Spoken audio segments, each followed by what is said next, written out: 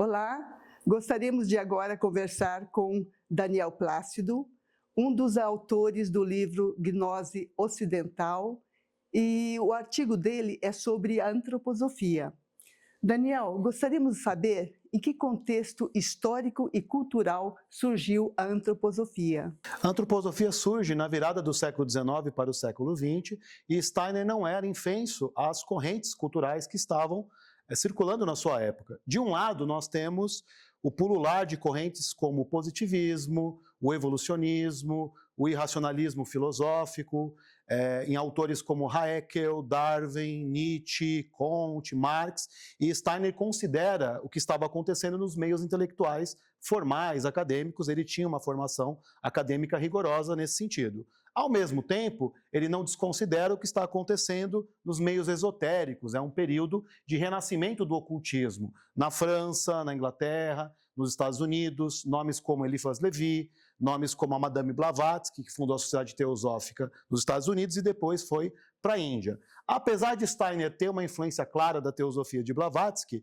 ele vai perfilhar um caminho intermediário. Ele não vai aceitar, de um lado, o materialismo, obviamente, o cientificismo, o positivismo, mas, de outro lado, ele não vai aceitar o ocultismo sincretista que existia na época. Por isso, justamente, que ele vai criar um caminho próprio, que é a antroposofia, que ele também chama de ciência do espírito, ciência espiritual ou até ciência espiritual antroposófica. Ele vai tentar juntar uma metodologia científico-espiritual que use o rigor da ciência, mas que não desconsidere os outros planos de realidade, a realidade anímico-espiritual. É bem esclarecedor isso, mas qual é a visão do Steiner em relação à iniciação moderna? Esse é um tema bastante profícuo.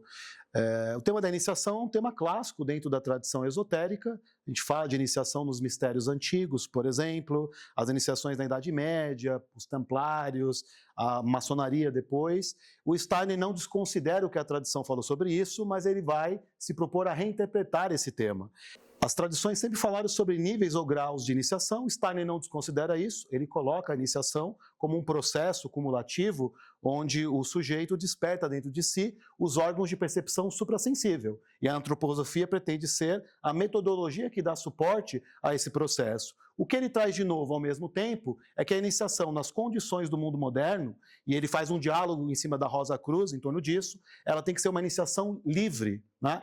Uma iniciação que não dependa da autoridade absoluta de um mestre ou de ritos iniciáticos. Nesse sentido, Steiner tem uma contribuição inovadora.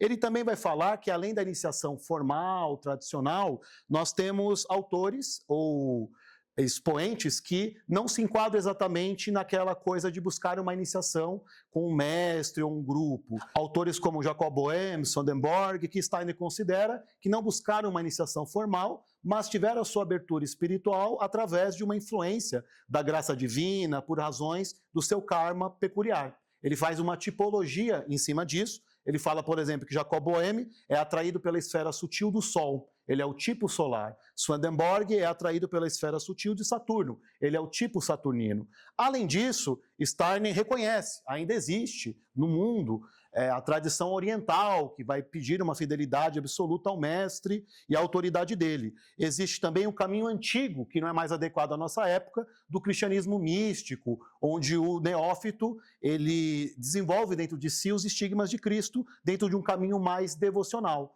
Ao mesmo tempo, ele vai enfatizar muito que o caminho moderno é o da antroposofia, é o da Rosa Cruz, que tem que ser livre, independente de uma autoridade, e tem que estar baseado numa metodologia rigorosa. Obrigada, Daniel, pela sua participação e essa explicação tão abrangente.